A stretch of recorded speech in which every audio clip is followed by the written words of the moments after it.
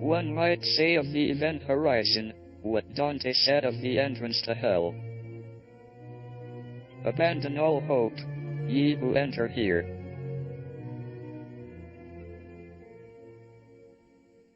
I was once asked to actually be an adjudicator on an essay of which the subject was how to fall through a black hole and live. Now, the problem I had was that I wouldn't know how to give out the prize, because if I said, well, that looks like a good essay, the only real way of showing that this was right was to actually to follow it, to do the experiment and fall in. But then, having fallen in, I would assume taking the person who wrote the essay with you, the question would be, how do you tell the rest of the world? Do you take the prize in with you that you give to them? And what do they do with it when they get to the center? Believe me, I've been waiting a long time for someone like you to record this moment. Thank you, Doctor. Then I'm ready. Ready to embark on man's greatest journey. Certainly his riskiest. The risk is incidental compared to the possibility to possess the great truth of the unknown. There, long-cherished laws of nature simply do not apply. They vanish. And life? Life? Life forever.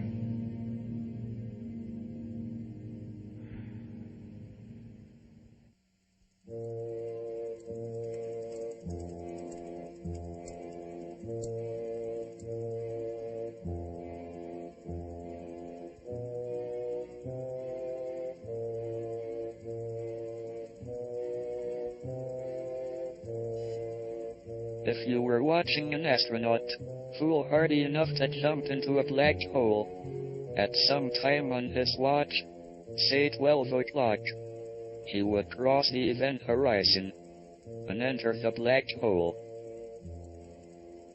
But no matter how long you waited, you would never see the astronaut's watch reach 12 o'clock. Instead, each second on the watch would appear to take longer and longer, until the last second before midnight would take forever. Thus, by jumping into a black hole, one could ensure that one's image lasted forever. But the picture would fade very rapidly, and grow so dim, that no one could see it. As somebody disappears into a black hole, as seen from the outside, it looks as though the time actually slows down, and the person becomes who's moving. At least he's thinking, he's moving, he's perhaps talking in his spaceship at a normal rate, seems to slow down and ends up by being frozen in a particular position, as seen by somebody watching him from the outside. And as seen from the outside, you never see what happens after that.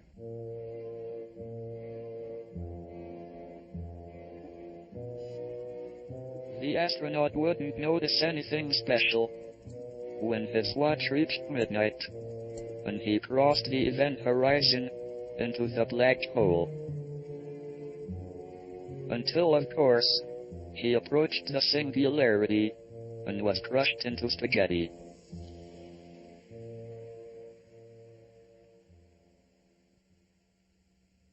One can fall through this event horizon without feeling anything, without noticing it. After about a week of falling, one begins to feel the pinch, and one extends longer and longer and gets slightly thinner. And, of course, one begins to get squeezed, until one gets very long and very thin and rather nasty. By the end of 2 weeks, one's fallen right into the center, and one is, of course, dead. Before you lose sight of the outer world, you would see things happening, and you would see them at a greater rate, so that it would look like a firework display. The frustration would be that although you would be able to see everything that happens in the future, it would be going so fast that from a scientific point of view, you would have no time to analyze it. You wouldn't be able to take it in. And eventually things would be going off so fast, and it would be so explosive that you yourself would be destroyed by the explosion, and that would be the end. But it would be a very exciting way to end one's life. it would be the way I would choose if I had the choice. In the long history of the universe, many stars must have burned up their nuclear fuel and collapsed in on themselves. The number of black holes may be greater than the number of visible stars, which totals about 100,000 million in our galaxy alone. We also have evidence that there is a very large black hole at the center of our own galaxy.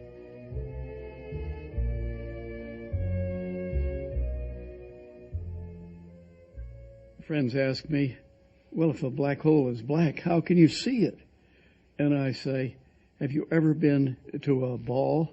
Have you ever watched the young men dressed in their black evening tuxedos and the girls in their white dresses whirling around, held in each other's arms, and the lights turned low, and all you can see is the girls?